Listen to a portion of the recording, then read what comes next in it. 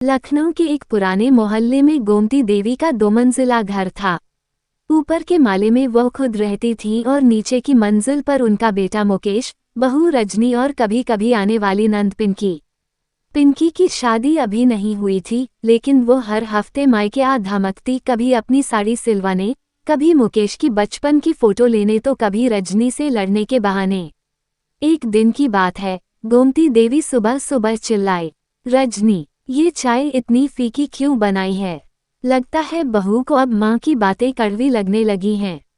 रजनी ने मुस्कराते हुए जवाब दिया, माँ जी, मैंने तो वही डाला जो आप कहती हैं, 2 चम्मच शक्कर, 1 चुटकी प्यार। पीछे से पिंकी बोल पड़ी, प्यार कम पड़ गया बहन जी, कल तो इन्होंने मुझे चाय में बिस्किट भी नहीं दिए। रजनी ने आंखें तरेरी लेकिन कुछ कहा नहीं। दोपहर को जब पिंकी सोफे पर लेटी मोबाइल में रील्स देख रही थी, तभी रजनी झाड़ू लेकर आई और बोली, दीदी जरा पैर हटा लीजिए, यहाँ झाड़ू लगाना है। पिंकी, तुम्हारे आते ही घर में सफाई और बोरियत दोनों बढ़ गई हैं। रजनी ने ताना मारा, और आपके आते ही घर में मोबाइल की आवाज़ें और चटपटी शिकायतें बढ़ जाती हैं। गोमती देवी वहीं से बोल पड़ी, अब तू मेरी बेटी को ताने मार रही है रजनी?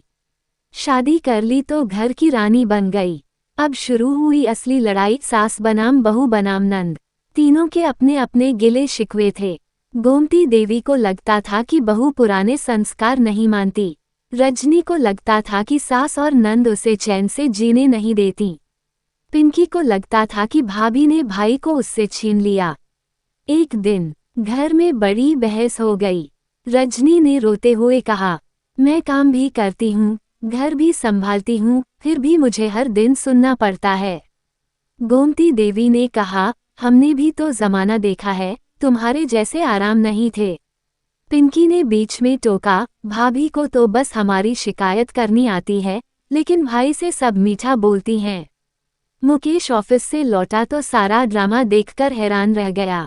सब एक दूसरे को कोस रही थीं। मुकेश ने सबको बिठाया और बोला, माँ, आप मेरी बहू से नहीं, मेरी पत्नी से बात कर रही हैं।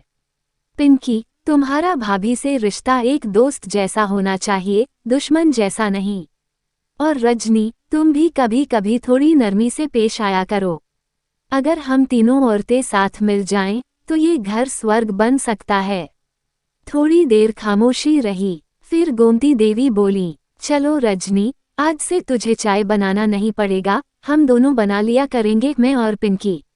रजनी मुस्कराई, तो फिर मैं आप दोनों के लिए शाम को गुलाब जामुन बनाऊंगी। पिंकी बोली, लेकिन सिर्फ मुझे 2 एक्स्ट्रा पीस। सब हंस पड़े। अब तीनों के रिश्ते सुधर गए। गोमती देवी अब रजनी को अपनी बेटी की तरह मानने लगी। पिंकी और रजनी अब साथ में सोशल मीडिया रील्स बनाती हैं। और मुकेश, अब वह ज्यादा खुश रहता है, क्योंकि अब घर में शांति है।